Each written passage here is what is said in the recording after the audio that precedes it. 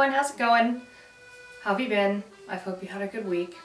I've had an excellent week. I had to do my taxes, which, well, I mean, that's not excellent, but they have to be done. Otherwise the government will come after you, which is very unfortunate. But I do my taxes. And Ross's taxes, because we do our taxes together, because that's what taxes are. And after that, I went to the Ren Faire, which is exciting because I freaking love the Ren Faire. Here it's in Irwindale, and it's so funny, every time I go I always run into a bunch of friends because everyone I know goes to Ren Faire because it's so awesome. And I went with Ross and my dad and our friend Salem, who my dad has been taking for ages since they used to do fencing together. And we had a lot of fun. Yeah, we wandered around, looked at all the Ren Faire stuff. I dressed up a little bit. I'll show you a picture down in the links of from my Instagram of my costume, which is like a costume I've been collecting since I was a wee little kid. I did get a couple fun things though. Ever since I've been going to Ren Faire, I've always seen this mask maker who I've loved to death, and I've always wanted to buy one of his masks. So I finally got one this year, which is this sweet owl mask. He'd never done an owl like this before, and I thought it was so cool. It's got this little beak right here.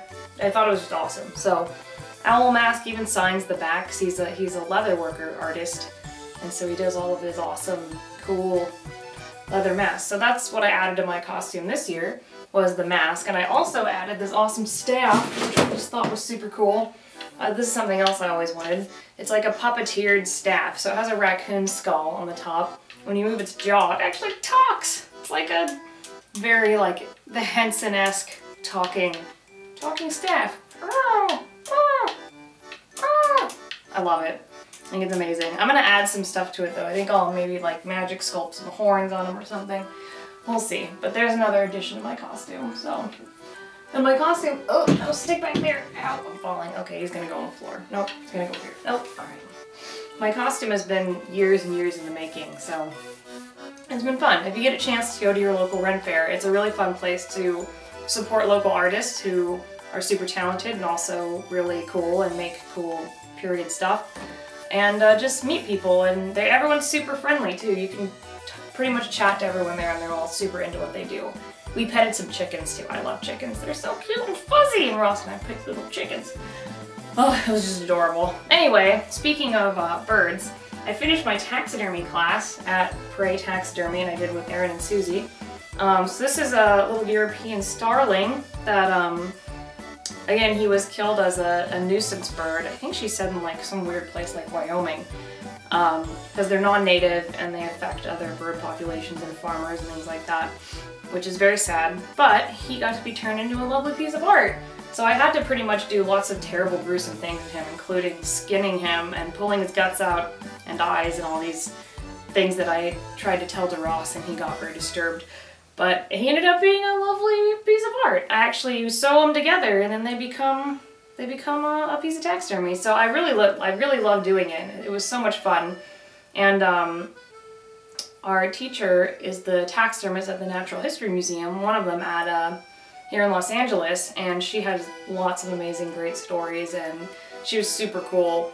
So I think I'm going to take another class with her and Susie in the future, and it'll be good. I think we're going to do ducklings next, which will be cute little baby ducklings, but I'm excited. It's a great way to preserve nature, especially if you have such a lovely little specimen. And he's on a book. Isn't that cool? He's on a book. So there you go. Everything in him is wired, so there's wires up inside of his legs, through his little like wood shaving body, and then into his beak. So he's all wired together, kind of like an armature when you're sculpting. Really fascinating. I loved learning how to do taxidermy, so I will be doing more of it in the future, even though it is strange because it's like working with a new medium, which is skin and of a bird. But it was really interesting. So there you go. A little starling friend. I haven't made a name for him yet. I want to make little spats for him, like little cute birdie spats, and a little outfit. Maybe later. Maybe that's too far. I don't know. Maybe it's not. Maybe it's not too far. In other news, they finally came out with the preview sort of trailer kind of thing for the season 1.5 of Heroes of Cosplay, which you can see Jessica and I in. So all those secret things I've been making is probably for that. And if you pause it at proper intervals, you will get to see that there's a bunch of the costumes we've made, and it's there in the beginning. It's kind of a spoiler, but you can still see them. It's pretty sweet. So go do that, check it out. I'll put that in the notes too. And if you don't like the show, that's cool. If you do, that's cool. We should all just be supportive of each other and friendly and supporting people in cosplaying, because cosplay is fun and it's for everyone. I actually had someone on Tumblr message me and ask me what did I think about people cosplaying as, you know, different genders and weights and all that. It's like, anyone can cosplay. I don't care what gender you are, what weight you are, what anything. And I have tattoos. I don't care about showing my tattoos in cosplay. It's all about having fun and being the character how you want to be the character. It doesn't matter what you look like. I am not in any way thinking that you need to be a certain anything to cosplay. I mean, again, I don't look like half the characters I cosplay, and I do it because I love them. So one cosplay I really want to do is another crossplay coming up of a character from Neverwinter Nights. So seriously, just do what makes you happy. That's what matters in life. We'll talk about that more later. But my next order of business is that I have 9,000 subscribers, and I just want to thank every single one of you, I'm looking at you, for subscribing to my channel and listening to all my crazy videos and stories and things to inspire you, and keep doing all the art that you do and anything that you do that makes you happy in life, because that is what life is about. So I hope that I can keep inspiring you and showing you cool new things to look up. And yeah, here's to many more subscribers. There's another. I do this all the time. I don't know why. I think I got it from Chad. I don't know. Anyway, so thank you guys. You're awesome. When I get to 10,000 subscribers, I'll do a little familiar giveaway, because that will be exciting. And we all like big even numbers, so why not? Why not big even numbers?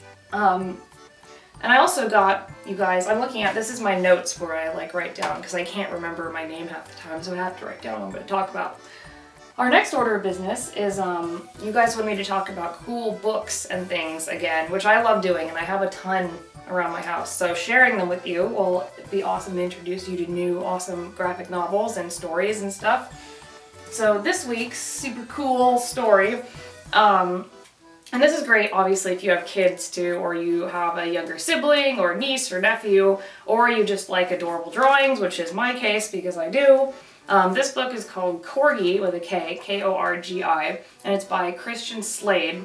And I love the illustrations in this book. They're just absolutely amazing. And it's about a girl and her mystical pet corgi, where she goes to a world of mystical corgis and fights monsters. Her corgi also breathes fire.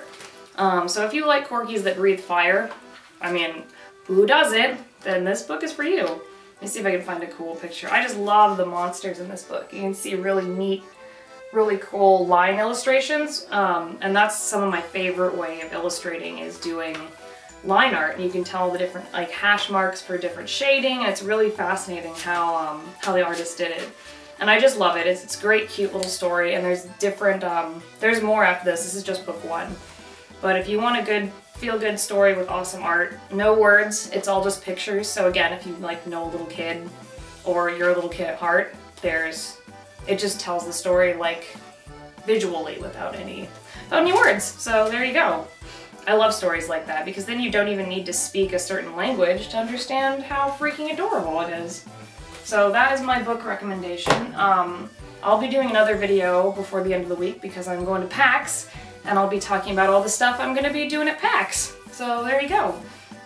Thanks for watching, guys. I'll also be having a mail video soon, but I'm kind of letting it compile a bit so we can have a little bit of a longer one. So, hooray! Thanks for sending mail. I've also sent letters to a few of you, so if you send me a stamp, I'll send you a letter back. I'm still working on getting my postcards made, so I need to get those made, but right now I'm just sending weird stationery. So I hope you like weird stationery, guys, because it's weird. But yeah, I will see you guys in a few days. Go do something fun and inspiring and say it in the comments. Goodbye! Also, it's 100 degrees outside today, which is why I'm not wearing proper clothes. Ugh, but it's so hot. Oh wait, look. I was gonna show you this too, but I forgot. Look at this owl puppet! Woo! I bought this from IKEA.